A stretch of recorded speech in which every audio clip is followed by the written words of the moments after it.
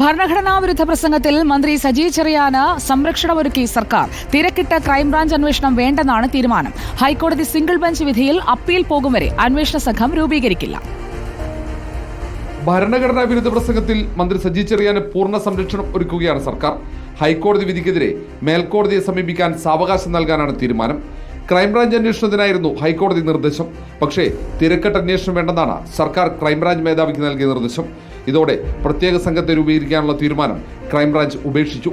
സർക്കാർ നിലപാട് ചോദ്യം ചെയ്ത പ്രതിപക്ഷ നേതാക്കൾ രംഗത്തെത്തി.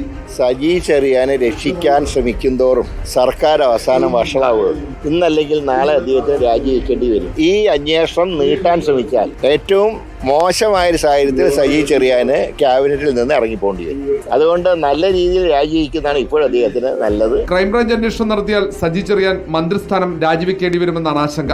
ഈ സാഹചര്യത്തിലാണ് സജി ചെറിയാന് രാഷ്ട്രീയ സംരക്ഷണം ഒരുക്കുന്നത്. മല്ലപ്പള്ളിയിലെ വിവാദ പ്രസംഗത്തിൽ ഒരു വട്ടം രാജിവെച്ച സജി ചെറിയാൻ ഇനിയും രാജിവെക്കേണ്ടതില്ലെന്നാണ് പാർട്ടി നിലപാട്. പ്രതിപക്ഷമാകട്ടെ സജി ചെറിയാന്റെ രാജിക്കായി മുറവിളി തുടങ്ങിയിട്ടുണ്ട്. രാജി ആവശ്യപ്പെട്ട പ്രക്ഷോഭത്തിലേക്ക് നീങ്ങാനാണ് പ്രതിപക്ഷത്തിന്റെ തീരുമാനം.